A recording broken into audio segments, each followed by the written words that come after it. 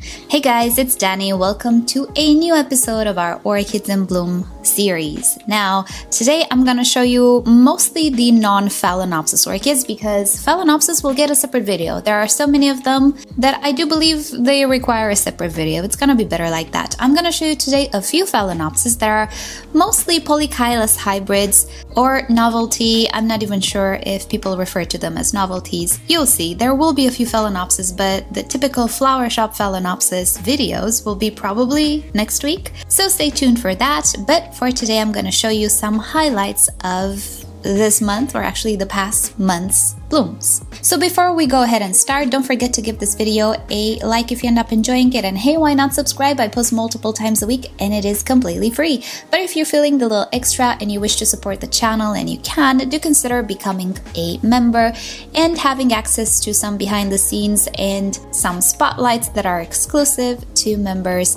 Also, you can use the affiliate links down below in the description. You can also check out the merch and maybe pick something you like. Currently we have beautiful mugs that were just launched, and very soon another surprise merch item. I'm not gonna tell you what, but I think you already know what. Or you can also use the super thanks option down below my videos. And don't forget to let me know in a comment as well which of these orchids you liked best, because every once in a while, every season or so, we might put out some merch with the orchids you guys choose. Right, so without further ado, let us start, shall we? First orchid that I am really happy to present to you is a Cattleya Jillicoc crossed with Cattleya, former Laelia cinnabarina. Now, I've had this orchid for quite a number of years, but it has been severely set back. I don't honestly remember exactly why, probably a rough transport or something of sorts, but I do believe this year she's fully recovered. She has put on speed. She's growing new growths like no one's business, and this is the first time that I see her blooms, and what a beautiful show it is. I presented her in a video last month about mini Cattleyas that are easy to grow in a home. I keep her under normal Cattleya conditions. I actually have her under artificial light, not natural light, and she has been doing really good over the past few months. I already have new growth, and I do believe buds inside those growths while she's still in full bloom, and the coloration is just really striking. There is no fragrance, but she's a mini orchid that I think is absolutely worth your wish list if you do well with Cattleyas. Although I would consider this one to be on the easier side of Cattleyas as well. So if you don't have very high temperatures, very high light, I would still give this one a go if you see her, because right now, as she is established and not stressed anymore, honestly, she grows with the speed of 100 snails. That's supposed to mean that she's growing fast for an orchid, which are now fast growers as they are, so definitely worth the wish list. Next up, the surprise of the month, dare I say, this is Sedirea japonica. Now, I've been having Sedirea japonicas for 10 years now, with moderate success. In my previous environment in Romania, I managed to bloom them, but here in the subtropical climate that I live in now, it's very hard. I think these orchids do prefer it cooler. This one though seems to be a little bit more easygoing. Hopefully, I'm crossing my fingers and toes at the same time that this one is easier as an individual and more forgiving with my climate, because I cannot explain how I managed to bloom this one. I did not do anything. Honestly, she was not residing outside or anything. She was in the grow room and she decided to bloom. Now, Sedirea japonicas are some of my favorite orchids. They are currently classified as Phalaenopsis, but as you can see, the flowers don't really look like phals. Well, I'm not gonna go against the grain. It is the Phalaenopsis, it's just different and requires different conditions, which I'm not the best one to tell you about because I can grow vegetatively but not so much blooming. The flowers though, apart from looking absolutely fabulous, they have the most beautiful lemon tart, I would say, fragrance to them. I love this orchid to bits, and I'm just so happy to see her blooms. I don't know if she will rebloom next year for me. I'm just enjoying the moment because it might just be a fluke. I don't know. But definitely this orchid is not for hot climates, and it's a miracle that I managed to bloom it. So thank you so much, Veronica, for sending it to me. Next up, an oldie but goldie, this orchid has been in my collection for quite a few number of years, Renanthera monachica, and I know many of you already know it. It is again one of my favorite Vandaceous orchids. In my climate, I find that Renantheras do absolutely great, better than proper Vandas. Plus, they do seem to enjoy better life in a pot, which helps me tremendously with water since it's very warm and sometimes very, very dry in my environment and in my grow room. Potting orchids is the way to go for me, and sometimes, Vandas, not the easiest to keep this way due to their size and their immense root systems, but I do find Renantheras to be quite easy in this regard, and they bloom each year without fail for me, and this one has bloomed for multiple years for me. It is such a beautiful orchid. It has a very mild, fruity scent, I would say, nothing to write home about, but it is a plus. However, the party trick is just the wonderful pattern and coloration of the blooms. Definitely recommend this one for homes who do not have proper conditions for Vandas. I do not grow it in intense light by any means, and right now, due to lack of space, I keep her rather shaded, and she still bloomed. So definitely Renantheras are the way to go if you don't do well with Vandas generally. And speaking about Renantheras, here's a hybrid. This is vietnamense crossed with Neofinetia falcata pink. Now, me and Neos, again, don't do so great because my environment is a little bit too warm, so I can grow them vegetatively, but I cannot bloom them very well. What I do though is try to acquire hybrids between Vandas and Neofinetias because they seem to be a lot more warm tolerant and don't really need such cool temperatures to bloom. And this is just one example. Now, I will give it, the flowers are not super spectacular and they're not really fragrant. I think the mother plant has suffered a little bit last year, but now she is okay. So maybe the flowers will have more potential next year. In any case, she might actually have a nocturnal fragrance since Neofinetias smell during nighttime. To be quite honest, I have been just so busy in the past few weeks that I have not had the time to enjoy my orchids all that much and to check up on them. So I'm not entirely sure if this one has a fragrance, to be honest. But I'll try to check up on her tonight, and maybe I'll leave a comment or something in the description telling you about the fragrance. Next up, another surprise, Sarcochilus. This is Kulnura HotNspicy. Now, Sarcochilus are a type of orchid which are not very common here in Europe. You don't find them everywhere like you find Phalaenopsis orchids, but I personally really like them due to that beautiful, I would say daisy-like shape to the flowers, that round shape.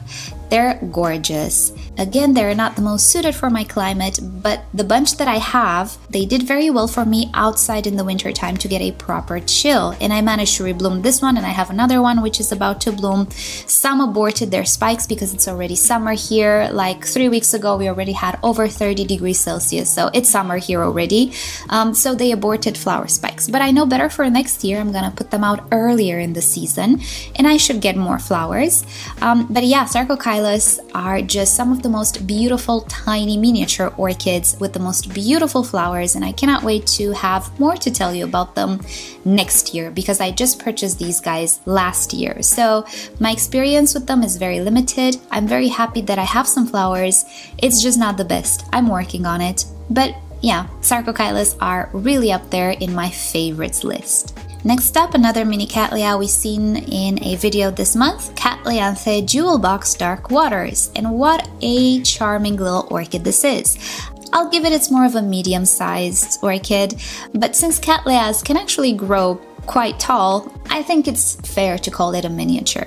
Now, this beautiful orchid has one of the most intense dark red colorations, which doesn't really show on camera. Whenever you have an orchid that is dark red, it always shows off as bright or more lighter red than it is. And probably this is because it has some reflective qualities that make cameras just be a little bit off with the coloration. But anyway, just so you know, color is quite a deep red, very intense. There is a bit of fragrance to it as well, not very powerful.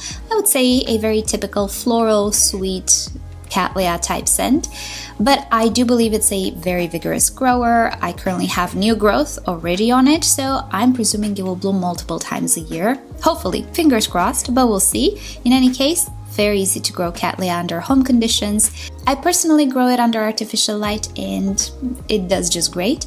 This is the first time it blooms for me. I just acquired it last year, so I'm really happy to see it. Next up, from a newbie to an oldie but goldie, this is Phalaenopsis brother Prince High Tony.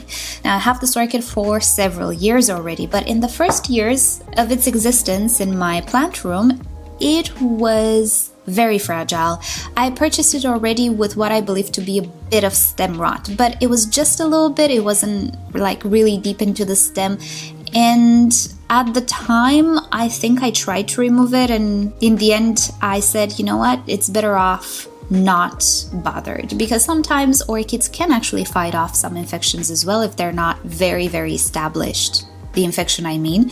And judging by the looks of it, this one could have fought it off. So for a couple of years, maybe even 3 years, this orchid kind of limped a little bit for me. It didn't bloom so well, it didn't do so well, it didn't grow so well. It was continuously losing the bottom leaves, which is normal to a degree, but she was losing multiple leaves, too many, yearly, than it should. So it was never actually growing. It kept staying at the same size for a number of years, until one day the infection went away and the orchid won. And now she's quite a sizable orchid. Well, I would say medium-sized orchid. And the flower spikes are taller, she's producing more flowers. So I think this is the first year when she's actually starting to bloom normally. And I do believe it's been in my collection overall for 5 years or so. And this is the first year when I see she's actually showing a little bit of her full potential. So I'm happy about it. I love this one. The spots on the flowers are really gorgeous. There isn't much of a fragrance, but she's a Polychilus hybrid, so expect those beautiful waxy flowers, that texture, the glossy leaves, all of the attributes that maybe novelty hybrids have, she has as well. Minus the fragrance. There is something, but it's not necessarily what I would call very scented or fragrant or lovely in any way. Next up, this is an oldie. This is Phalaenopsis Orchid World Bonnie Vasquez, and again, I've had it for quite a serious number of years at this point. I don't even remember how many. And again, this was one of those orchids which initially was not doing all that well, and I do believe it was a light issue. Now, generally speaking, hybrids, they all share traits, but every once in a while you have this particular individual which simply doesn't react in the same way as others to external factors or stimuli. And this one doesn't like bright light. Easy as that, especially natural light. If I put her where I have some bright filtered sun, bright shade, let's say, she will not really do so well. Her leaves will get yellowish, she will be discolored, something will be off. If I put her under artificial light, she will do absolutely fantastic. So again, for the first couple of years of its existence, she was very pale. I might actually still have those videos when I was complaining about it, but in the past maybe 4 years or so, she has been doing very, very well under artificial lights. 4 years, 3 years, I don't know. When did I get the first Barinas? That's when it started to do well. I placed it in my IKEA cabinets under Barina lights, and hey presto, problem solved. You know, it's just how she is. It will not be the case with all Bonnie Vasquez. It's just that type of individual who doesn't really like bright light, because she doesn't. I don't know why. But the flowers, as you can see, they're absolutely magical. There is a bit of a fragrance to them, nothing to write home about, I would say. But the party trick is definitely the beautiful pattern on the flowers. I've wanted this orchid for so many years until I got one, and I'm very happy to own it. I just need to be careful not to put it in bright light. Next up, this is Phalaenopsis Lyndon Mixed Zebra, again a Polychilus hybrid. She's more Polychilus than others. I got this one 2 years ago, I think, or last year, and ever since I got it, she has been doing so well. She is a vigorous grower, and the flowers really are zebra-like. Bonus, this one does have a fragrance. I think fruity is the best way to describe it. It is very noticeable, quite moderate in strength. Definitely you will detect fragrance on this one. So that is a bonus. If you are deciding to only purchase fragrant orchids, this one should be on the list. Takes the same care as any other Polychilus. I will share with you the link to my care tutorial down below. very easy to grow, looks nice, blooms throughout the year on and off, and the flowers are really, really cute. Bonus, quite fragrant. Next up, another Polychilus Phalaenopsis. This is Love Potion. Now, this is a commercial name because, believe it or not, I found this in a flower shop. I see there is a trend with fragrant Phalaenopsis at the flower shop, and we can range anywhere from Polychilus type novelty hybrids to Schilleriana hybrids. There has been a surge in fragrant orchids at the flower shop, and I'm here for it. And this one, according to the nursery that provided it, is called Love Potion. I'm not sure if it's registered, to be honest. This one, she's very sweet, a little bit cinnamony,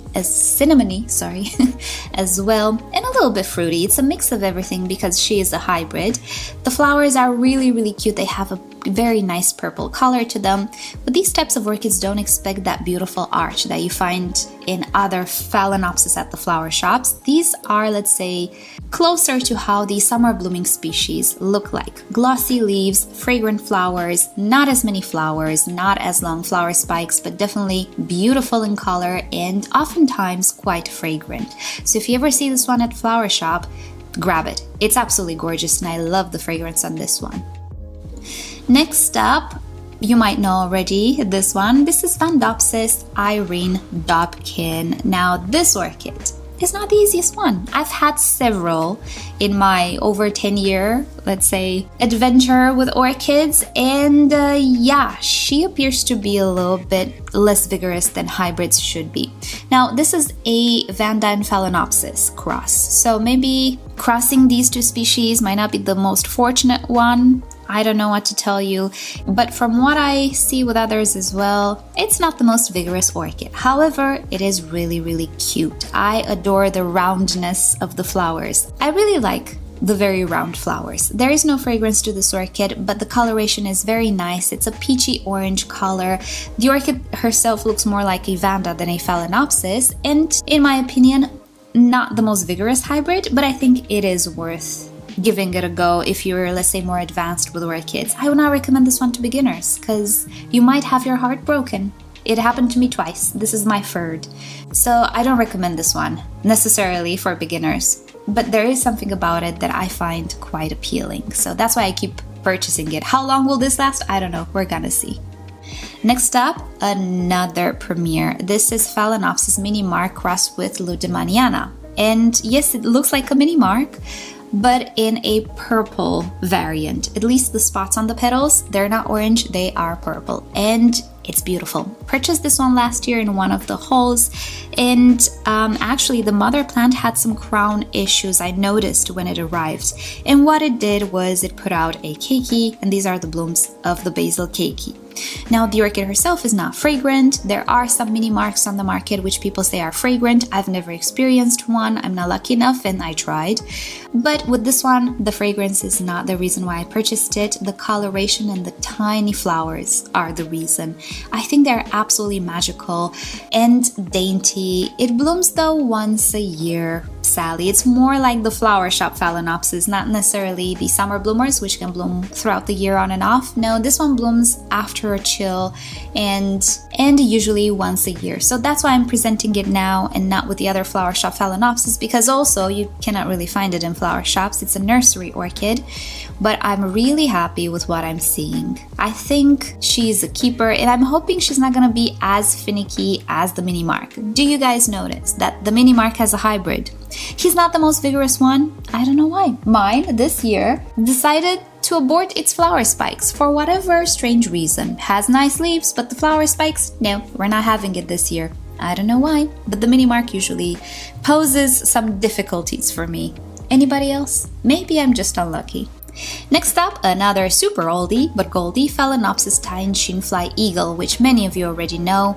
I purchased this one in my first year, I do believe, here in my new country, so maybe 8 years ago. And ever since then, I feel like, well, I'm not gonna say I started the trend, but I feel like people took a lot of inspiration in purchasing this one and then being very happy and enjoying this orchid a lot. I see it in, or I saw it afterwards in other videos as well, and I see that people are really, really happy with it, and I'm really happy with it because this is the type of orchid which always can bloom different. She's a Tetraspis C1 hybrid, and as you can see, you can always get different looking like flowers. You can have one petal yellow and the rest kind of red. You can have multiple petals being yellow and the rest red. You never know. It's also fragrant, smells a little bit fruity, I would say. Blooms throughout the year on and off. You can see the flower spikes behind full of buds. The reason why I don't film it more often is because she blooms on and off all the time. So I have like 3 flowers now, another 3, 4, 5 flowers in 2 months or 3 months, and so on. So I don't usually have like this very spectacular big show from her since she blooms this way, but I still have her for so many years. And if you're looking for an exciting orchid, this is it, absolutely. She's a little bit bigger than other novelty hybrids, let's say, so it will require quite a big pot in time, but she's non-fussy at all. She blooms very, very well. If you have a warm climate, she blooms multiple times a year. I cannot recommend it enough, and everybody who has it really enjoys it, as I see. So I think you will enjoy it as well. So before we end the video, let's give some honorable mentions, which I did not film because I was too late. I was so busy, I just completely missed filming their flower shows. This is Phalaenopsis Bronze Maiden with the best show yet. I have her for several years, and I got her as a young orchid, and this is her best show because she's becoming mature that I completely missed, sadly. And this is another beautiful orchid that put on the best show this year, Cattlianthe Rojo Cardinal. I meant to film this one for a few days, and when I finally had time, I found her like this. The flowers were already spent, so yeah. Next up, Howiara Lava Burst. Luckily, we know this one again for so many years, so you didn't miss anything, but she was in bloom as well. I just missed her prime, let's say. And lastly, one of the oldest orchids in my collection, have her for 10-11 years at this point, Rhincoredes Bangkok Sunset. She had 2 flower spikes that I completely missed, but they were lovely, I assure you. This one always blooms, so again, you didn't miss anything, especially if you're older on my channel. But yeah, that's about it for today. Let me know which of these orchids made it to your wish list, which one you like best, and if you have any of them, let us know your thoughts about them in the comment section. So hopefully next week at some point we're gonna do the Phalaenopsis in bloom video as well. Mind you, here where I live, Easter is now, so my husband actually has some time off from work and I might decide to spend it with him, and I'm not sure exactly when I'm gonna post next week. If I'm not on time with my videos, that's why. We're also like really busy with the house, you already know this, so I'm not entirely sure when I'm gonna post next. I might take a little bit of time off, just so you know, but the Phalaenopsis video is coming, no worries. So thank you so much for watching. Hope you've enjoyed hanging out with me today and seeing all of these wonderful videos. I don't know what's happening outside. Maybe it's a cat. So yeah, it's time to end. I hope you all have a great day and I'll see you next time. Bye!